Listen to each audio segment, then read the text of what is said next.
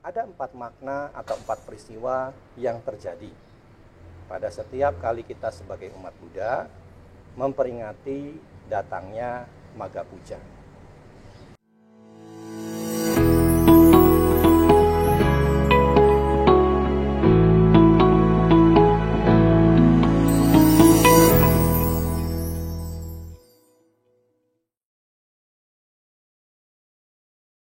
Namo tassa bhagavato arahato samma sambuddhassa. Namo tassa bhagavato arahato samma sambuddhassa. Namo tassa bhagavato arahato samma sambuddhassa. Sabba papassa akaranang kusala supa sampada sacita pariodapanang etang budana sasanang. Bapak Ibu, saudara sekalian, Pasaka Upasika, para penonton Smart Education dari Yayasan Nalanda, kembali kita bertemu lagi untuk bersama membahas makna Magha Puja. Bapak Ibu, saudara sekalian, sebagaimana kita ketahui, dalam agama Buddha kita mengenal ada 4 hari besar agama Buddha yang dalam setiap tahun kita peringati secara bersama. Yang pertama adalah Trisuci Waisak, memperingati 3 peristiwa penting yang berhubungan dengan kehidupan pribadi Sang Buddha. Yang kedua adalah Asada Puja, memperingati di mana Sang Buddha membabarkan khotbah untuk pertama kalinya, terbentuknya sangga dan menjadi lengkaplah Tiratana. Yang ketiga adalah Katina Puja, hari di mana para upasaka-upasika yang memiliki bakti, yang memiliki keyakinan kepada Buddha Dhamma Sangga mempersembahkan 4 kebutuhan pokok kepada para biku sangga. Dan yang keempat, yang terakhir adalah Magha Puja. Apa Magha Puja itu? Bapak Ibu sekalian, hari-hari besar agama Buddha itu diambil dari nama bulan. Waisak itu nama bulan, Asada itu nama bulan. Untuk Katina sebenarnya memiliki arti bingkai. Ya, bingkai untuk membuat jubah yang biasanya dilakukan di masa Sang Buddha itu di bulan Kartika, di bulan Kartika, yang biasanya jatuh di bulan Oktober atau November. Nah, Magha Puja itu sendiri adalah nama bulan. Nama bulan yang biasanya jatuh di bulan Februari ataupun di bulan Maret. Jadi bulan ini kita memperingati kembali peristiwa di bulan Magha. Apa maknanya? Ada 4 makna atau 4 peristiwa yang terjadi pada setiap kali kita sebagai umat Buddha memperingati datangnya Magha Puja. 1. Berkumpulnya 1250 orang biku.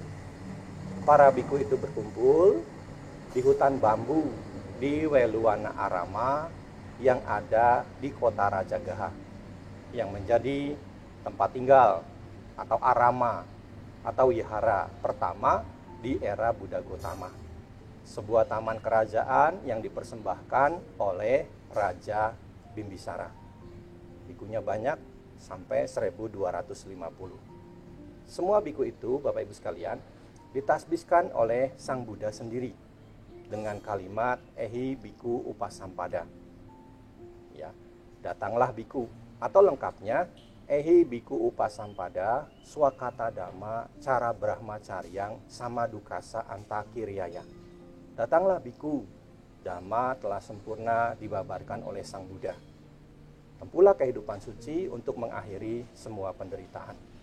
Semua biku tersebut sudah mencapai tingkat kesucian tertinggi, yaitu arahat, dan memiliki 6 kesaktian atau 6 abinya. 5 abinya duniawi dan 1 abinya di atas duniawi. Jadi kalau ditanya mana yang lebih penting, yang lebih penting dari abinya ini adalah abinya di atas duniawi, yaitu asawakayanyana, kemampuan untuk melenyapkan kotoran batin noda batin. Ya, itu yang jauh lebih penting. Karena dengan melenyapkan ini, ya melenyapkan noda batin, seseorang bisa mencapai tingkat kesucian yang disebut dengan kesucian tertinggi, yaitu arahat. Makanya disebutkan kinasawa, ya, biku-biku kinasawa, biku-biku yang sudah bebas dari noda batin. Biku-biku yang kinasawa ini, Bapak Ibu sekalian, juga kinajati, ya tidak lagi akan mengalami kelahiran kembali. Ya, jadi 1250 biku, mereka semua ditasbih oleh Sang Buddha sendiri. Mereka semua sudah mencapai tingkat kesucian tertinggi, dan pada saat itu Sang Buddha membabarkan sebuah khotbah singkat yang disebut dengan Owada Patimokkha. Apa isi Owada Patimokkha? Secara singkat, Owada Patimokkha itu isinya adalah Sabba Papasa Akaranang Kusala Supasampada Sacita Pariyodapanang Etam Buddhana Sasanang. Berhentilah berbuat jahat, tambahlah perbuatan baik, sucikan pikiran. Inilah ajaran semua Buddha. Kalau kita membaca teks Owada Patimokkha, Bapak Ibu sekalian, di situ dijelaskan ada 3 latihan yang perlu kita lakukan. Latihan dalam hal apa? Latihan dalam melatih adisila, melatih adicita, dan melatih adipanya. Latihan melatih sila, latihan melatih pikiran, dan latihan melatih kebijaksanaan. Dalam 2 tahapan, tahapan biasa dan tahapan yang lebih tinggi. Seperti sila, dalam tahapan biasa seperti apa? Ya seperti kita, Bapak Ibu sebagai umat Buddha, sebagai upasaka upasika sehari-hari melatih 5 latihan sila. Itu sila dalam tahap yang mendasar. Dalam tahap yang lebih tinggi, Bapak Ibu bisa meluangkan waktu. Untuk apa? Memasuki kehidupan sebagai samana, meskipun untuk sementara waktu.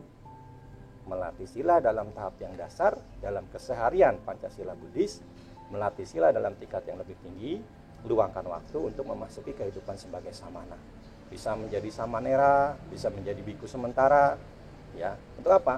Meningkatkan latihan sila sebagaimana yang diajarkan oleh Sang Buddha. Kemudian melakukan meditasi dalam tahap yang mendasar, ya meditasi keseharian, ya rutin dilakukan. Metta Bhavana, Anapanasati. Dalam tahap yang lebih tinggi, meluangkan waktu untuk melatih meditasi Vipassana Bhavana. Ya, kemudian dalam tahap mendasar, melatih kebijaksanaan, memahami fenomena kehidupan sehari-hari yang selalu berubah, yang tidak kekal. Ya, ada untung rugi, ada bahagia menderita, itu dipahami. Dalam tahap yang lebih tinggi adalah memahami 4 kebenaran mulia. Nah, inilah Bapak Ibu sekalian, makna Magga Puja dan apa yang menjadi inti ajaran Sang Buddha dalam Magga Puja ini. Seringkali Magga Puja ini disebut sebagai peristiwa yang memuat jantung dari ajaran Sang Buddha. Sekali lagi, hentikan berbuat jahat, tambah kebajikan, sucikan pikiran. Inilah ajaran semua Buddha. Selamat merayakan Magga Puja. Mari kita isi setiap hari besar agama Buddha dengan lebih giat lagi mempelajari dan melaksanakan ajaran Sang Buddha. Sekian, terima kasih. Semoga uraian ini memberikan wawasan bagi kita semua, memotivasi bagi kita semua untuk belajar dan terus melaksanakan Dhamma. Kita akhiri dengan harapan Sabbe Satta Bhavantu Sukhita. Semoga semua makhluk hidup berbahagia. Sadu, sadu, sadu.